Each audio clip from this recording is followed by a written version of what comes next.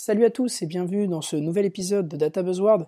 Cette semaine, on va faire un épisode très court puisqu'on va faire le résumé de ce qui s'est passé au salon Big Data Paris 2019. On le fait en compagnie de Youn Chene, CTO de Sagi. On y va, c'est parti.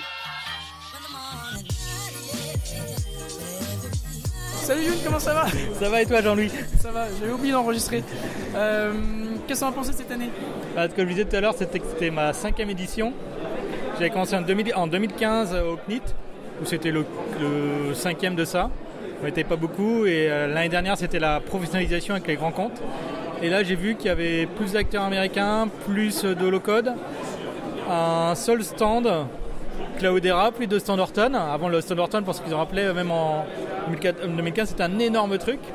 Et là c'est fini, les deux équipes étaient mélangées, donc c'était une page se tourne. Et comme je disais, un petit peu moins de bullshit aussi, ça commence à se rationaliser et tout ça. Par contre, on a de la bullshit sur l'AI qui commence à arriver. Fait l'habitude. Moi, dans mon époque, c'était du data mining, donc je sais pas. C'était à quelle année déjà ? 2003. Mais, j'étais encore dans mon berceau. Voilà. Mais on faisait déjà de la recommandation, des choses comme ça. Et qu'est-ce que tu penses de l'état des plateformes aujourd'hui ? Est-ce que tu as dit qu'il y avait beaucoup plus de code ? Oui. Il y a un petit peu moins de plateformes. Qu'est-ce que tu penses ? C'est le niveau de maturité aujourd'hui sur les vendors et tout ça ? Est-ce que tu penses que c'est saturé ou il y a encore de l'évolution ? Je pense qu'il y a les gros Azure, Microsoft, Google ont pris la place. Il y a Databricks qui est là cette année, j'ai jamais vu.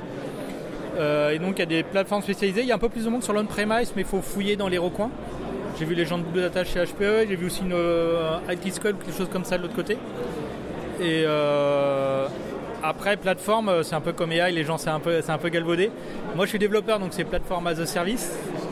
Donc c'est pour déployer du code, du talent, tout ce que tu veux, du Python, du Java. Après, plateforme est un peu utilisée à toutes les sauces, donc après, ça dépend ce que tu dis. Je parlais de distrib, HDP, des choses comme ça. Ah oui, les plateformes d'infrastructure, quoi. Ouais, les plateformes d'infrastructure. Le côté On était amis avant. Ouais. Comment ? On était amis avant la conversation, c'est fini. Ouais. Oui, il y a Mapper qui était là, mais le son était un peu vide, c'était un peu bizarre. Et Teradata assez vide. Ouais. J'ai pas trouvé beaucoup de monde sur Teradata. Il y avait encore du SaaS, ça c'est une plateforme. Ouais. J'ai pas vu là, mais j'avais vu dans des rendez-vous avant. Il y a IBM un petit peu. Il y a IBM un petit peu. Un petit peu d'IBM. Ils bossaient avec Horton, donc maintenant ils sont avec je sais plus. C'est vrai qu'ils étaient maqués avec Horton, qu'est-ce qui va se passer ? Je sais pas, moi je me rappelle la chute de Big Insight et tout ça, mais c'était... ils vont vendre du Kubernetes avec Zut OpenShift et tout ça. J'espère plus natif qu'OpenShift. Comment est-ce que tu as senti les boîtes qui sont derrière l'open source ? Je pense à Maria, Redis, etc.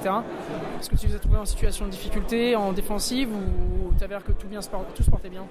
Alors, je n'ai pas passé beaucoup de temps avec eux. Par contre, je suis passé chez l'équivalent en russe, la boîte qui est devant Apache Init, où c'est le même modèle. Tu as une base de données ou un SQL truc open source, avec une boîte qui est fondée avec des VC. Là, en plus, je crois que c'est américain et russe, les financements. Et ils vont se retrouver dans le même modèle que MongoDB, Redis. Kafka s'en sort parce que le moteur, ils l'ont vraiment laissé à part. Mais je sais que c'est compliqué pour eux. Les cloud providers, on l'a vu, Amazon documente DB 4 semaines. Bon, après, l'équipe qui a fait Cosmos DB est à 40 km, donc je ne sais pas ce qui s'est passé. Mais on va voir. Après, comme j'ai vu, c'est l'open source qui passe à l'âge mature. Et l'open source comme clé dans la porte marketing, c'est peut-être la fin, quoi. Ok, j'ai vu cette année moi des boîtes que je voyais pas forcément avant, je pense à CGI et des choses comme ça, qu'on voyait un petit peu moins. Est-ce que tu as senti le début d'une ouverture de ces très grosses boîtes de conseil sur les sujets ? J'étais déjà là les autres années. Hein. CGI ? Alors moi, juste pour l'histoire, je suis ancien Logica, j'ai jamais été CGI. Et tout On ça. est deux alors. Ouais. Et... moi, c'est Unilog un mois. Toi, t'étais Unilog un mois, ouais. Logica, jamais CGI. Jamais CGI.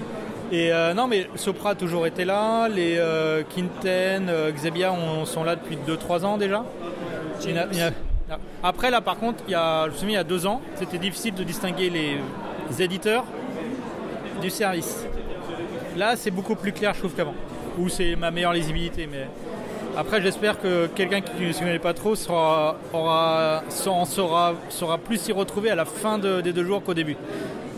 Parce que si tu connais pas, c'est dur de s'y retrouver, mine de rien. Ouais, je suis assez d'accord. Il y a beaucoup de boîtes de conseils en AI, intelligence artificielle, des trucs comme ça aussi qu'on commence à voir arriver. Avant, il y avait Quantmetry, mais là, il y en a plein qui sont arrivés sur la place. Après, moi, j'ai connu le jour où tous les éditeurs BI ont rajouté Big Data, puis après ont rajouté AI. Et je ne sais pas si tu as vu, il y a une étude qui est sortie sur les startups européennes où les 2/3 utilisaient que des jeux de règles et pas d'algorithmie. Ils appellent ça de l'IA symbolique, des moteurs de règles.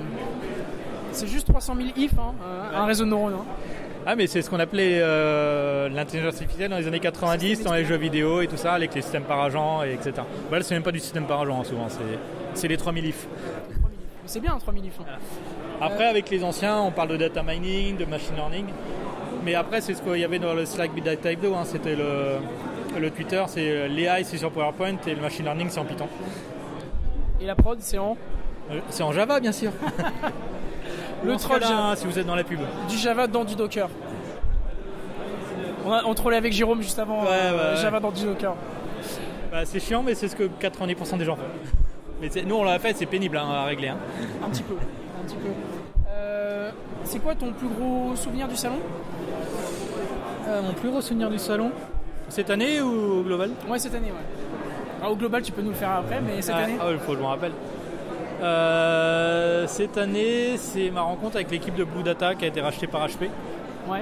HP, c'est un de mes fournisseurs et du coup, on pensait qu'on était concurrents, mais quand tu lis les lignes, pas du tout. Et on s'est super bien entendu. Ils ont une belle solution pour monter des clusters à la demande on-prem. Au lieu de demander à ta DSI pendant 3 mois qu'il fasse un truc, tu appuies sur un bouton et c'est fait. Une DSI, ça prend jamais 3 mois. Ça en prend 9. J'essaie d'être optimiste pour avoir une VM au moins. Pardon. Et nous, comme on vient gérer ce qu'il y a au-dessus, on était contents, super rencontre, super complémentarité et tout ça. Et au global, sur toutes les éditions ? Toutes les éditions, c'est qu'on a eu notre premier stand, je pense, en 2016, où on était le cofondateur moi, et Rirt, notre premier commercial. Et on a le souvenir, au bout de 2 jours, on a fini dans l'ascenseur avec tout le barda.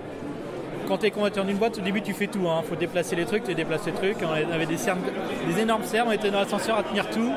Et il y avait quelqu'un là-dessus qui arrivait qui se moquait de nous parce qu'on était morts et tout ça. Voilà, c'est la première année où tu dois tout faire toi-même. Est-ce que vous revenez l'année prochaine ? Oui, nous c'est notre événement de l'année. Après, j'espère qu'on fera bientôt un Strata au niveau Europe ou au niveau US. Où là, c'est Strata Londres ? C'est pas encore. Mais là où c'est ça version 100 quoi. 100 fois plus gros, avec plus de technique. Après, moi je viens pas ici pour les conférences, c'est pas adapté pour. C'est des conférences techniques, très techniques. Ici ? Je sais pas, je ne suis pas allé, j'ai pas de jugement. C'est mon syndrome Gilles de la Trollette. Non, après moi j'en ai vu des tonnes, mais là c'est plus du retour d'expérience, je crois que c'est ce qu'ils voulaient derrière.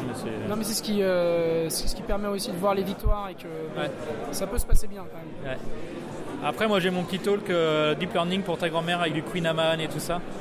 Tu le remets celui-là ? Non, on me l'a demandé de le refaire, mais ma victoire c'est 30 000 vues sur YouTube et je me fais insulter sur YouTube, ce qui est pour moi la consécration sur YouTube. Super. Est-ce qu'il y a un stand qu'il fallait pas louper cette année ? À part Sagi. Parce que tu allais me dire Sagi, je suis sûr. Et OVH, évidemment. Et OVH. Dans le stand le plus beau, je pense, c'était Sud Data IQ. Et voilà, ils étaient là. Avec des beaux polos, ils avaient des beaux t-shirts. J'ai pas approché. Il y avait les Lego d'Oracle qui étaient rigolos. Et après, j'ai trouvé ça plus dense, qu'il y avait moins de gros stands que l'année dernière, c'était vraiment plus dense, donc c'était dur de retrouver les choses. Il faut savoir qu'ils ont enlevé une salle par rapport à il y a 2 ans pour ajouter tout un pan de start-up et tout ça derrière. Et après, moi j'aime bien rencontrer les gens, voir leur communauté, discuter, découvrir. Voilà, donc, j'ai pas... Beaucoup de bonbons cette année quand même. Ah, c'était général. Cette année, beaucoup de bonbons.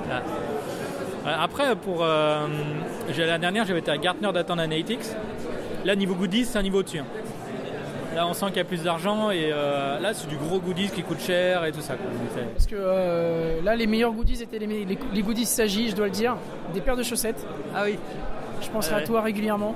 Après, moi, j'ai téléchargé des frisbees pour mon fils et tout ça, mais c'est... Après, nos fils et nos filles croient qu'on va, à nos travail, on va chercher des jouets dans des conférences. Donc... J'ai un carnet pour toi si tu veux, avec un stylo. Ok, du coup je te remercie pour un peu de temps avec nous, puis on se retrouvera sur un prochain épisode. Ah, ça marche.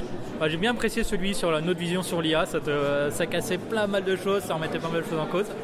Des choses polémiques, mais ouais, c'était ça qui est... Assez polémique, mais qui permet d'avoir... rien n'est blanc, rien n'est noir, et tout est gris, il y a un peu de prendre de chaque côté sur ces visions-là. Et je dis, je vais voir j'ai un copain CTO qui revient de Chine et qui a vu une autre vision de l'intelligence artificielle, ça va être intéressant. Je suis preneur. Voilà. Normalement, il doit me teaser dans le train la semaine prochaine. Donc, tu le ramènes après ? Ouais, pas de problème. Merci, excellente journée. Salut. Toi aussi. J'en profite pour remercier tous ceux qui sont venus nous voir sur le stand OVH. C'était vraiment un plaisir de vous rencontrer. Tous ceux qui écoutent en fait Data Buzzword et Big Data Hebdo et qui sont aussi sur le Slack. Je pense à Lynn de Claranet, Malgore Data de chez Extia, Lucien et ses collègues de chez Ipon, Joël, Brahim d'Univalence, Jérôme de Zinea et évidemment Youn de Sagi. C'était un plaisir de vous rencontrer. On espère vous revoir prochainement sur un autre salon ou bien encore sur d'autres événements tech, des meet-up qu'on organise ou des meet-up auxquels vous participez. On vous souhaite une excellente semaine et on espère vous revoir bientôt. À plus tard. Ciao.